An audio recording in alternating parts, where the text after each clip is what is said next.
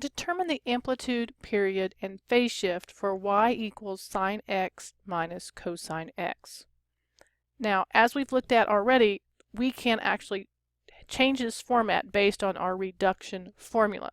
And what does that tell us? Well, that tells us that if we have a sine x plus b cosine x, that's going to equal to the square root of a squared plus b squared sine of x plus alpha.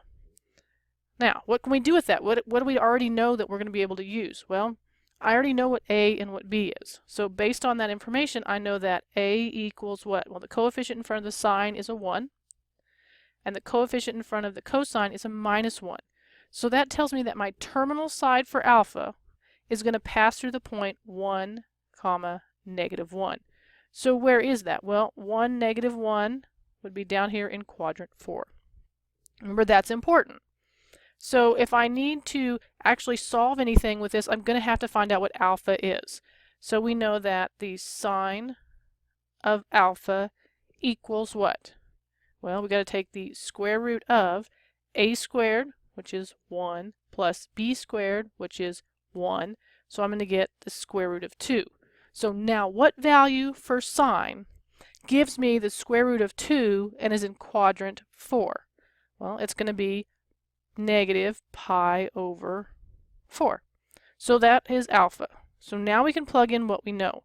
So I've got this equals, and we just found that a squared plus b squared is the square root of 2. And I'm going to have the sine of x minus pi over 4. So far so good. Now what do I know? I can use everything that we've already learned. We know that a is the amplitude, so the amplitude for this one is the square root of 2. I can do the period, so I know that the period for this function is going to be 2 pi. And then I need to do the shift. Now what do you know about the shift? Well, that's what's inside there with the x, and it's a minus, so we know that's going to be pi over 4. And that's all you have to do. So make sure you use the rules we've already learned, or that you have already learned. Don't forget those, because they do come back to bite you in the butt.